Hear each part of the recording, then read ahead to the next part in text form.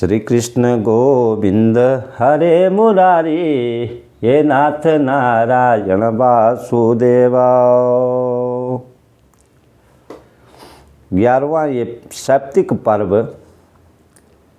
इसकी कथा प्रारंभ हो रही है।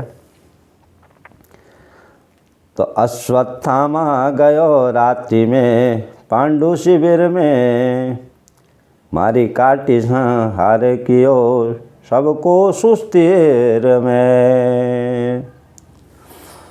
अश्वत्थामा अर्धरात्रि को पांडवों के शिविर में पहुंच गया और वहाँ सब सो रहे थे।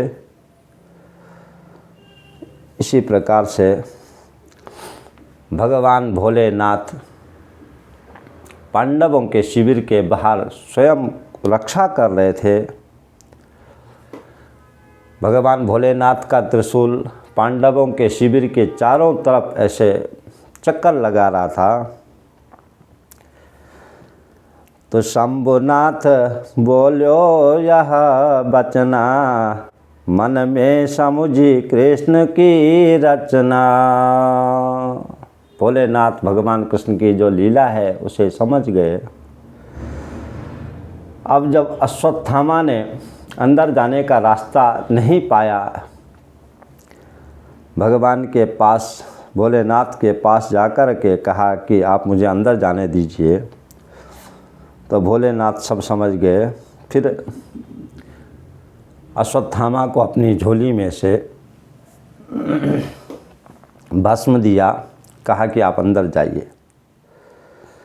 तो इसी प्रकार महाराज क्या है, अश्वत्थामा अंदर गए, शिविर में देखा तो जिस शिविर में पांडव सोते थे वो वहाँ से दूसरे कक्ष में थे। और अश्वत्थामा ने पांचों पांडवों को क्या है कि उनके बालकों को समझ करके द्रौपदी के पांचों जो बालक हैं उनको देखा तो सब सो रहे थे। तो द्रौपदी के पांचों बालकों को क्या पांडव समझ करके उनका सिर काट करके ले आए दुर्योधन के पास। वहाँ हाहाकार हो रहा है। इसी प्रकार महाराज जब दुर्योधन ने जब पांचों द्रौपदी पुत्रों के सिर को देख करके,